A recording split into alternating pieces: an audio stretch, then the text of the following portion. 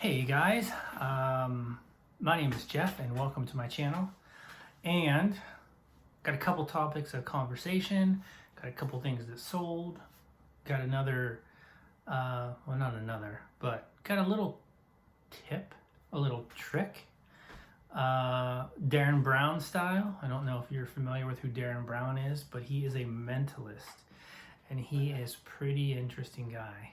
Just YouTube Darren Brown. I haven't watched any of his stuff in years, but he's definitely a cool guy. First things first. Spoke with the eBay today for 45 minutes. Those are 45 minutes I will never get back. I normally have a lot of success speaking with the eBay representatives in the Philippines. My wife is from the Philippines as well, so I've got that rapport going on. I know a few words, mostly the bad ones, but they're good people and they try hard and they want to help you. But today was just not one of those days where like the guy was really helping me.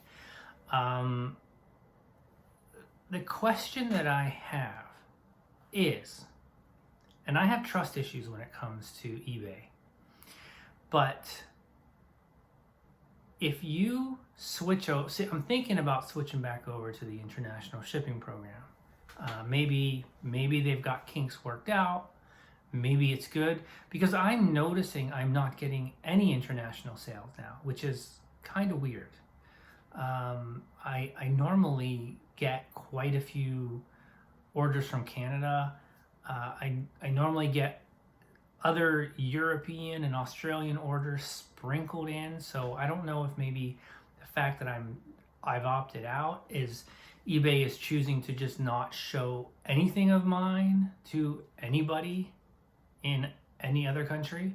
So I'm willing to give it another shot, but I have one question that I have to get answered, and I am having zero luck getting this question answered, and that is, there are certain items that I have heard that if you ship them internationally, you can get a Vero.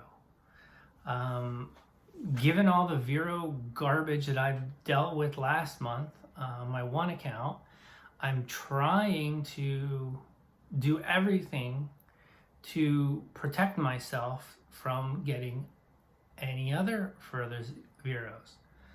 So my question that I'm trying to get somebody to answer, and I'm having no luck, because first off, the guy that I spoke with today was not connecting me to the Vero department for whatever reason. Like, he was saying there was nobody there, but he kept putting me on hold to talk to somebody. And it was bizarre. And it was also like he kept coming back with answers to questions that I wasn't asking. So my question is, if I've got 4,000 items listed on my store, I don't know, and this is the problem with Vero, is I don't know which ones I'm not allowed to ship internationally. I've heard that there are some Nikes, or all of Nikes, I don't know, that you can't ship to Europe. You'll get a Vero for. So my question that I'm trying to propose to eBay is, if I switch over to the eBay International Shipping Program, and I have an item and somebody buys it from Europe, does eBay cancel that order and be like, no, sorry, you can't buy that? B, do I fulfill the order, ship it to Chicago or the California hub, whichever eBay hub it goes to, and then at that point, are they like, oh no, we can't ship that to you? Do they ship it back to me? Do I get a Vero from that?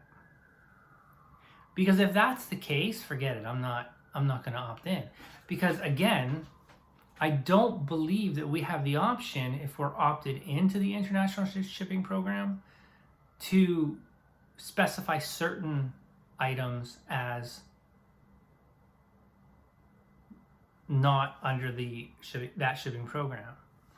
I don't know, but like the guy, I basically said, let's have this example where I'm selling something that is not allowed to ship to Europe, but somebody from Europe buys it.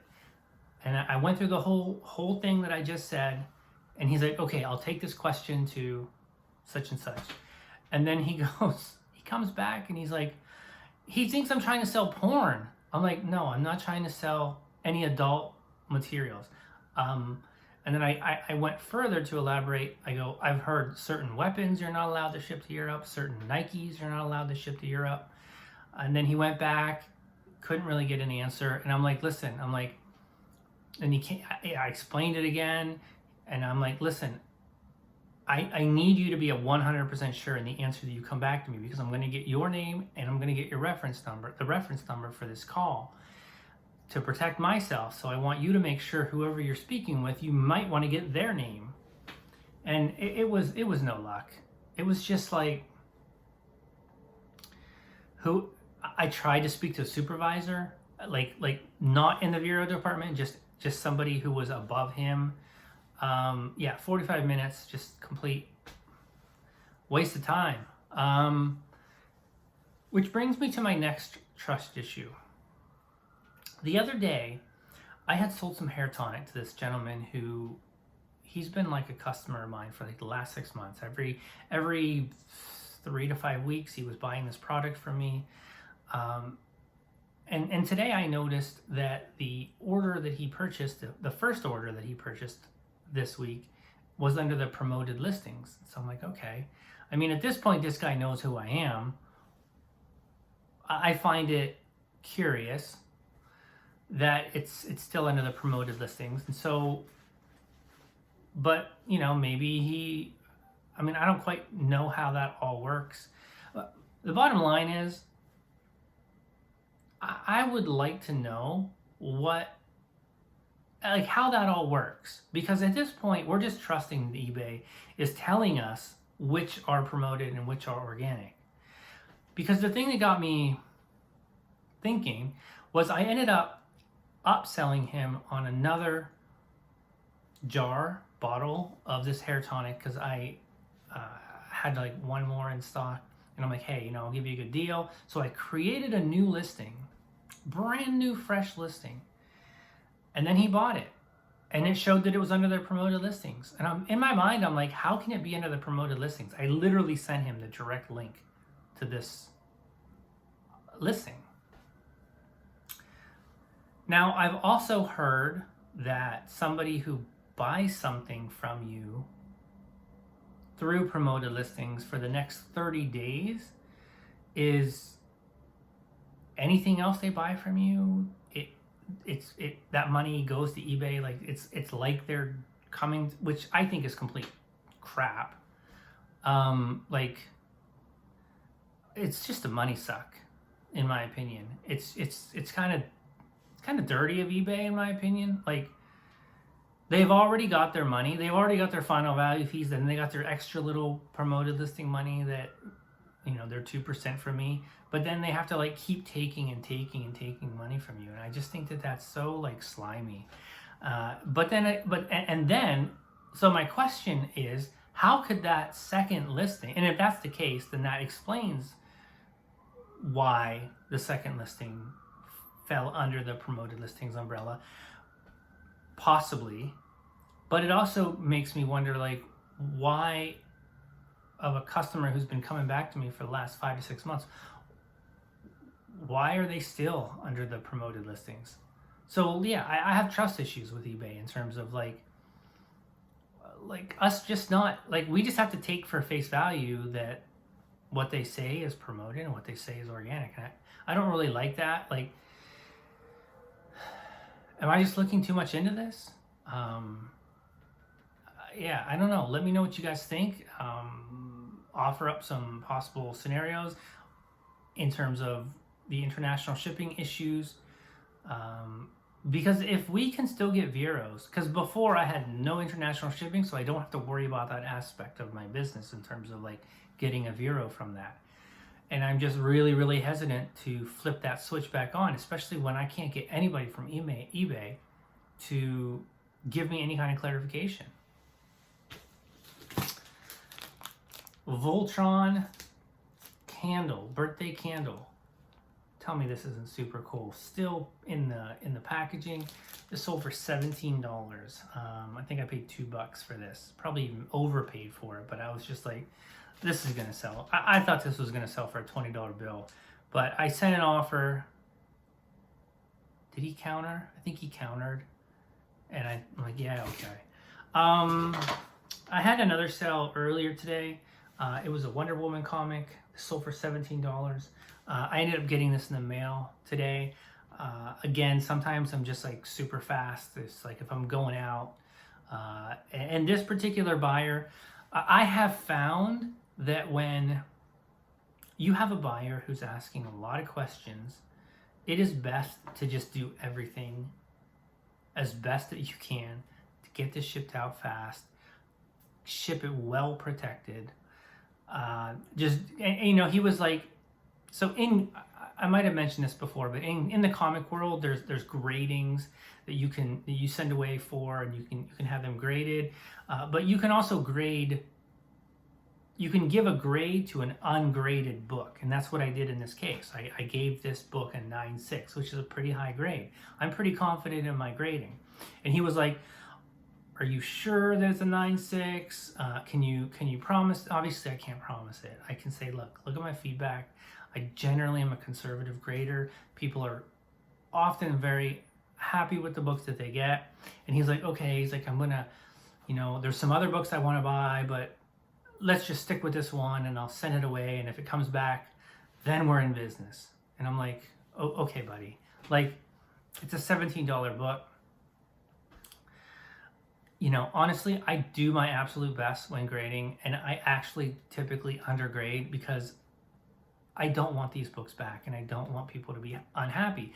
But I also know that in the comic world, it helps if you are able to give a very accurate grade, and it often does lead to repeat business. So long-winded story, that sold for 17 and change. And then the other one was just a 4-issue lot of Wolverine. There's 4 issues in here.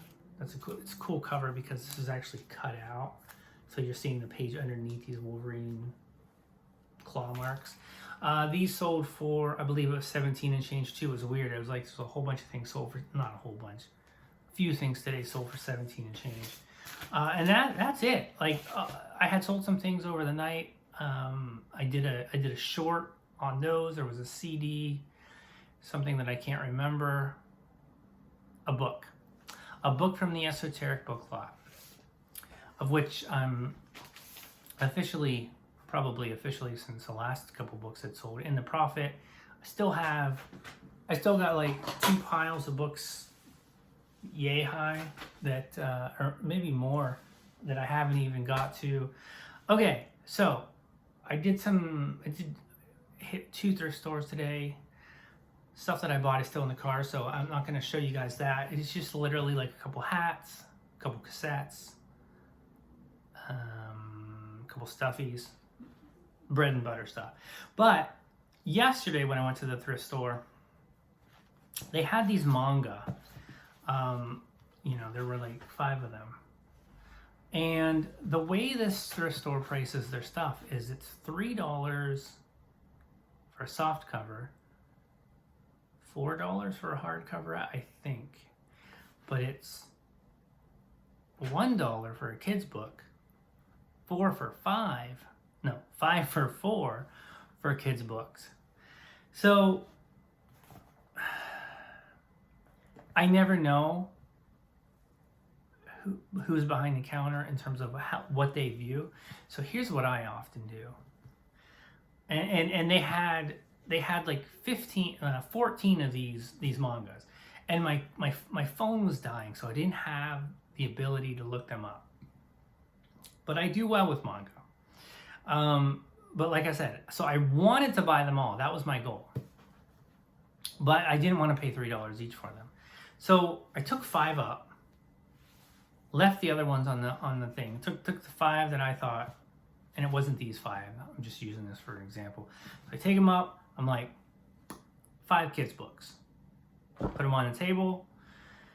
Now there was like a new girl there, and I thought, I didn't know for a fact she was a new girl, but when I walked in, I had noticed that she was having problems with the system. So I'm thinking, oh, maybe she's new. So then I thought maybe I could just be like 5 kids books, and she would just ring them up for $4. But then she had to get another person because they had literally just implemented a new system. So I'm like, okay, you know, this is probably not going to go my way. They're probably going to charge $3 each, $15. I'm like, then I'll just say I'm not interested. So the other lady came, she saw 5 books, 5 kids books, she charged me $4. I was like, okay. So then at that point, I knew that I had the green light to go back and buy the other, I believe there was 9. No, there was 10 more. No, there was 9 more. Because I was wishing that they had an even 5, but they didn't, but it was still fine. So just a little trick to you know, sometimes it works, sometimes it doesn't. It's basically auto suggestion. You know, they sometimes they'll hear you and they'll just ring it up. 5 kids books for $4. Other times they might look a little closely. Let me show you what I'm talking about. If they would have looked a little closely, they would have seen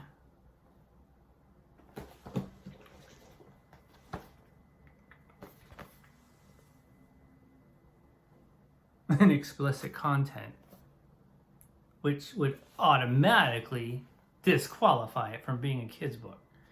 But bottom line is, it's just a little trick to be able to potentially source your stuff a little cheaper. Other than that, it was a pretty slow day. I've just actually started listing stuff a few hours ago. We spent the day out, had some sushi, visited our other daughter and her partner. Just a lazy summer day today. So I'm gonna get to work after this video. If you like this, if you're still here, you should be subscribing. You should be liking it to give me reason to believe that this content is valuable. Otherwise, I'm just here talking to myself, and I don't have my dog here, and that's who I used to talk with. He passed away in January, and I'm not ready to get another dog. I need a long break from that because it was tough. But yeah, I'm just rambling. I know my wife is benefiting from these YouTube videos. I'm definitely not talking to her as much about eBay. Yeah, I mean, I like to know that people are getting some value out of this stuff. I've been doing this for a long time, and I feel that I do have some tips and tricks, and you know, the things that I sell are definitely not mainstream. It's definitely not everything else everybody else is selling for, looking for. It's more long tail, it's more collectible, but that's what I enjoy selling. And I think that one of the most important things is that you enjoy your work, or it feels like work. So with that, I'm going to end that, and we will see you all later.